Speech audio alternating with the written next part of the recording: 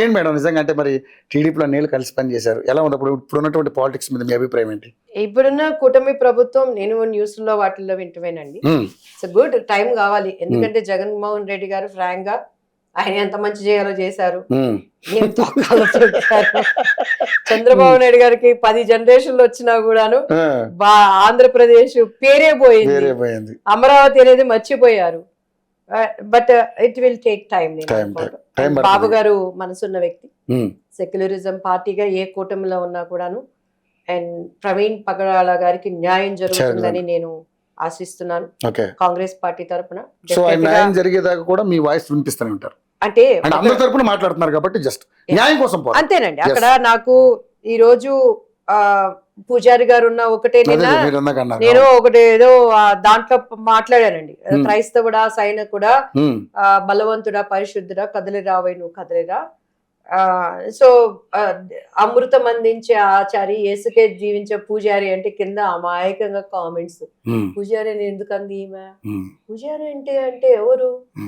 దేవుడికి మనకి ఒక మధ్యవర్తి, దీని పాస్టర్ అంటున్నారు, నువ్వు పూజారి అంటున్నారు. నీ తరపున విజ్ఞాప ప్రార్థన చేసేవాడు, నీ కొరకు కన్నీరు కార్చేవాడు.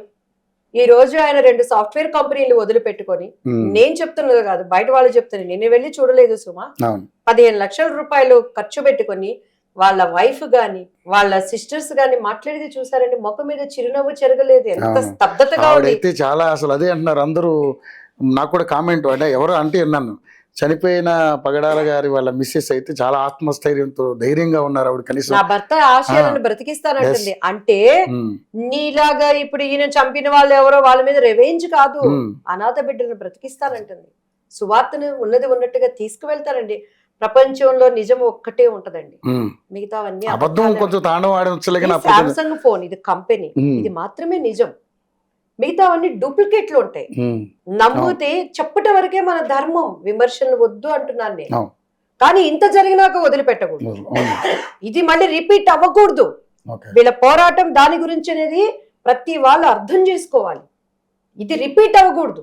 నువ్వు ఎస్సీ ఎస్టీ అయినా బ్రాహ్మణుడు అయినా, నువ్వు లేకపోతే ఎలా అనాలి, నువ్వు క్రీస్తుని అంగీకరించిన ఎవరైనా సరే నిజమైన దోషులను పట్టుకోవాలి, వాళ్ళకి చట్టపరమైన శిక్షలు కఠినంగా వేయాలి.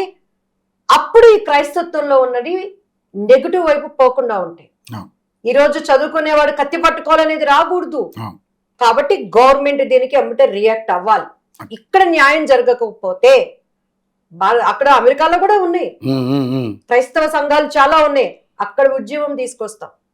దీని ఇంతటితో ఫుల్ స్టాప్ పడాలి అంటే నిజమైన దోషులు పట్టుకోవాలి, వాళ్ళకి శిక్ష పడినప్పుడు ఇరు వర్గాలకి కూడాను ఒక భయం కలుగుతుంది. ప్లస్ గవర్నమెంట్స్ మనం రిక్వెస్ట్ చేసేది ఏంటంటే first social media have to ban ఇటువంటి చెత్త డిస్కషన్స్, నువ్వు గొప్ప నేను గొప్ప, మన గొప్ప ఎవరు చెప్పుకోలేదండి. ఇప్పుడు మీ గొప్ప గురించి నేను చెప్పాలి, నా గొప్ప గురించి మీరు చెప్పాలి, అది దాంట్లో ఒక శాంటిటీ ఉంటుంది.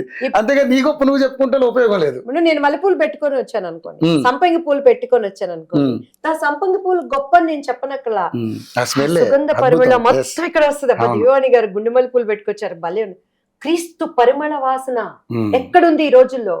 అది చెక్క లవంగము అహరోను గడ్డంలో నుంచి తాగిన నిమ్మ తైలం వంటి వాసన రావాల్సింది క్రైస్తత్వం అంటే. ఈరోజు క్రైస్తత్వం అంటే ఎటువంటి వాసన మనం చూపిస్తున్నాం? దాన్ని పెడదారులు పెట్టిస్తున్నారు, ఎలుకలు చచ్చిన వాసన, బొద్దింకల వాసన.